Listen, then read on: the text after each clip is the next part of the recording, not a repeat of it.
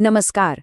आज हम एक बहुत ही दिलचस्प और सच कहूं तो काफी डरावनी हिंदी कहानी को समझने की कोशिश करेंगे, जिसका नाम है अमावस की रात। तो चलिए इस कहानी की गहराइयों में उतरते हैं। तो कहानी की शुरुआत होती है एक बिल्कुल क्लासिक हॉरर अंदाज में। सोचिए, एक अकेली रात, घनघोर बारिश हो रही है और हमारा हीरो सुजीत एक सुनसान रास्ते पर कहीं फंस गया है। और रात भी कौन सी है? अमावस की। एक ऐसी रात जो आप जानते ही हैं, अपने साथ हमेशा एक अनजाना सा डर लेकर आती है। तो कहानी का पहला हिस्सा हमें उसी माहौल में ले जाता है, डर और अकेलेपन के माहौल में, जहां सुजीत उस भयानक तूफान में पूरी तरह से फंस चुका है। यहाँ देखिए, कहानीकार ने डर का माहौल बनाने में कोई कसर नहीं छोड़ी है। मूसलाधार बारिश है, बिजली कड़क रही है, चारों तरफ घना जंगल, और ऊपर से उसकी बैलगाड़ी कीचड़ में धंस गई है। और तो और, वो जिस रास्ते पर है वो पहले से ही बदनाम है, मतलब हॉन्टेड है। अब ऐसे में सुजीत बस किसी भी तरह एक ठिकाना ढूंढने के लिए बेचैन है। और ठीक तभी जब लगता है कि अब कोई उम्मीद नहीं बची, उस तूफान के शोर को चीरती हुई एक आवाज आती है, मंदिर की घंटी की। एक साफ गूंजती हुई आवाज। ये आवाज एक उम्मीद तो जगाती है, पर सोचने वाली बात है, इतनी तेज बारिश में घंटी की आवाज इतनी साफ कैसे सुनाई दे सकती है? थोड़ा अजीब तो है। अब ये बात बहुत दिलचस्प है। सुजीत जब मंदिर पहुंचता है तो उसे एक अजीब सा कॉन्ट्रास्ट देखने को मिलता है। बाहर से मंदिर एकदम पुराना टूटा फूटा सा है, लेकिन अंदर अंदर वो बिल्कुल साफ सुथरा और शांत है। अगरबत्ती और चंदन की महक आ रही है। मतलब बाहर जो तबाही मची है उसके बिल्कुल उलट अंदर एक शांति का माहौल है।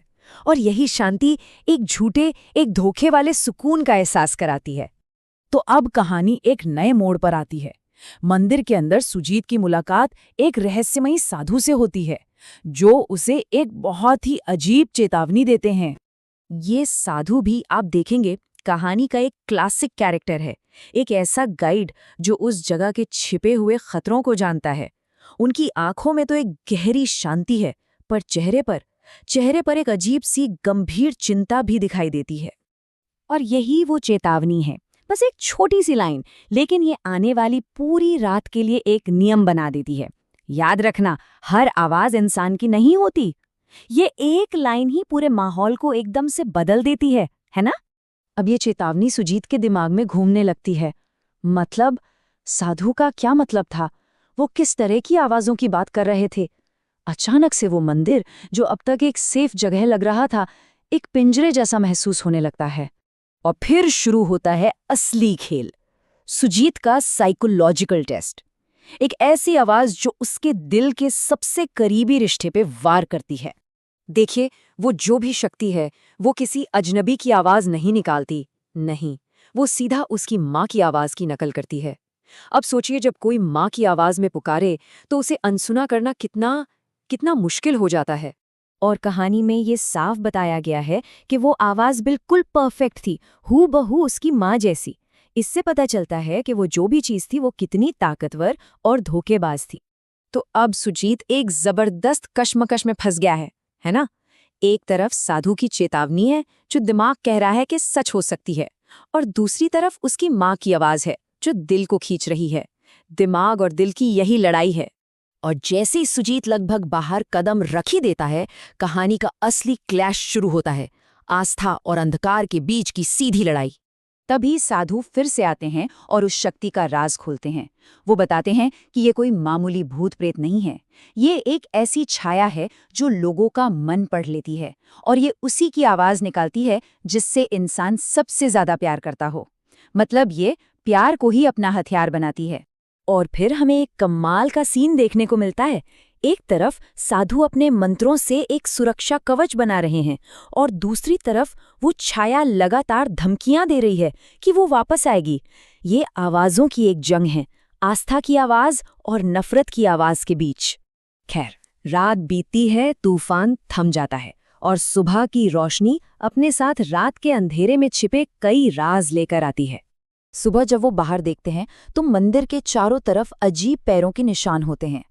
और सबसे अजीब बात यह है कि वो निशान मंदिर के चारों ओर तो घूमते हैं, लेकिन कोई भी निशान दहलीज के अंदर नहीं आता। ये एक फिजिकल प्रूफ था, एक सबूत कि रात का खतरा मजाक नहीं था, वो बिल्कुल असली था।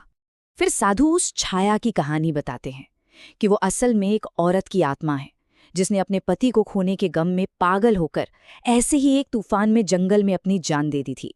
अब उसकी अकेली आत्मा यहीं भटकती है और वो अपना दुख, अपना अकेलापन दूसरों में बांटना चाहती है। तो देखिए, अचानक से वो एक विलन से एक ट्रैजिक फिगर बन जाती है।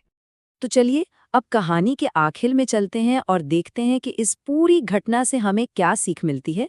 सुजीत जब घर लौटता है तो वो देखता है कि उसकी माँ बिल्कुल ठीक-ठाक सुरक्षित है, और तब उसे पूरी तरह से यकीन हो जाता है कि रात में जो आवाज़ उसने सुनी थी वो एक बहुत बड़ा धोखा था, एक छल था। तो कहानी का असली सार क्या है? यही कि सबसे बड़े धोखे वो नहीं होते जो हमारे दिमाग को चकमा देते हैं, बल्कि वो होते हैं जो सीधे हमारे दिल पर वार करते हैं। उस छाया की असली ताकत उसकी आवाज में नहीं थी, बल्कि सुजीत के दिल में उसकी माँ के लिए जो प्यार था उसको इस्तेमाल करने की काबिलियत में थी। और यहीं पर साधु की वो आखिरी बात याद आती है, श्रद्धा और विश्वास। कहानी हमें यही बताती है कि जब कोई हमारे इमोशंस के साथ खेलता है तो शायद श्रद्धा और विश्वास ही हमारी ढाल बन सकते हैं। लेकिन एक सवाल ये कहानी जरूर छोड़ जाती है, क्या दिल की आवाज हमेशा दिमाग की चेतावनी से ज्यादा ताकतवर होती है?